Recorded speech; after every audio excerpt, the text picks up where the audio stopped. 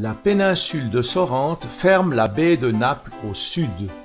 Sur cette baie, c'est la côte sorrentine, sur celle de Salerne, la côte amalfitaine. Du point de vue géologique, on a un axe montagneux fait de couches de calcaire stratifiées et une bande de plaine plus ou moins étendue, faite de tufs volcaniques qui, lorsqu'il est en bordure de mer, se présente en hautes falaises érodées, déchiquetées par le vent et les marées. En surface, c'est un immense verger d'orangers et de citronniers, alternant avec des oliviers et de la vigne.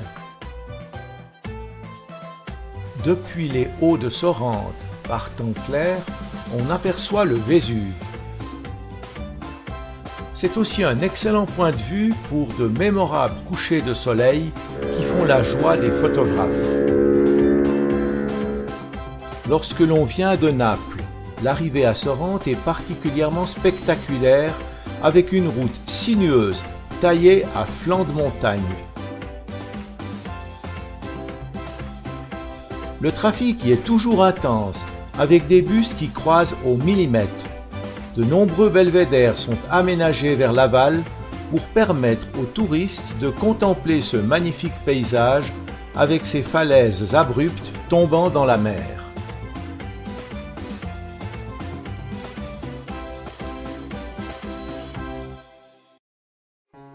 La ville de Sorrente est la localité la plus importante de cette côte avec ses 17 000 habitants.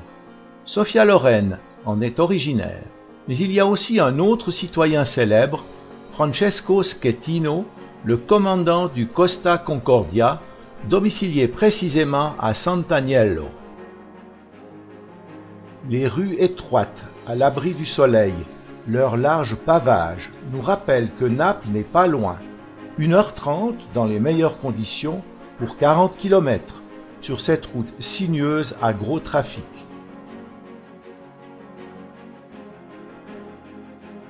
Le cédrat est omniprésent pour la fabrication du limoncello, la spécialité locale.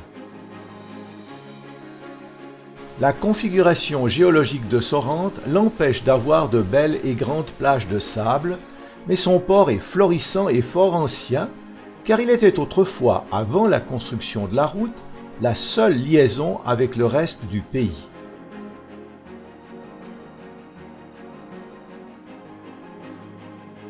Aujourd'hui, à part les bateaux de plaisance qui inondent ce port, Sorrente est reliée à Capri, Naples et la côte amalfitaine.